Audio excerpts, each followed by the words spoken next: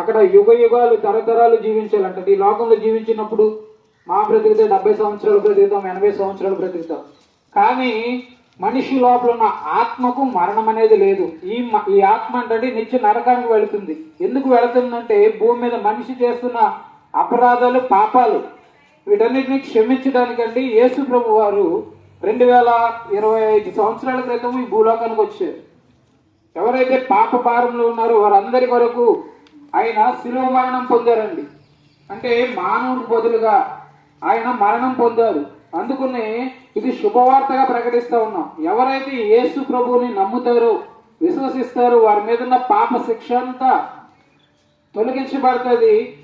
మనిషి నిత్య జీవము, పరలోకము, స్వర్గానికి వెళతారండి. ఇలాగే ఈ పాపంతో చనిపోయామనుకోండి మన ఆత్మ నరకానికి వెళ్ళిపోతుంది. చూడండి, మనిషి నరకం నుండి తప్పించబడాలని లోకంలో ఎన్నో దాన ధర్మాలు చేస్తూ ఉన్నాడు.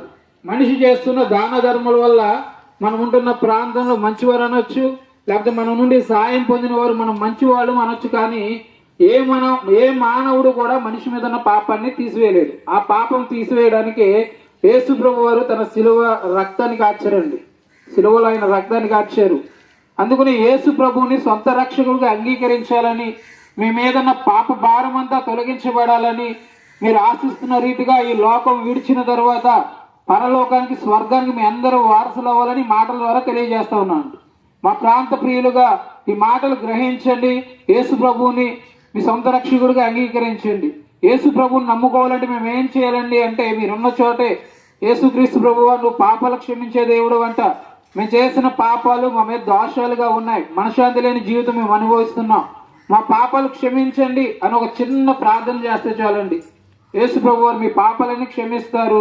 మునుపెన్నడు చూడని సమాధానము, నెమ్మదిని మీకు అనుగ్రహించి మీరు ఈ లోకం విడిచిన తర్వాత ఆయన ఉంటున్న స్థలానికి మిమ్మల్ని అందరినీ వారసులు చేస్తారని ఈ మాటల ద్వారా తెలియజేస్తూ మీ క్షేమం కొరకు ఒక చిన్న ప్రార్థన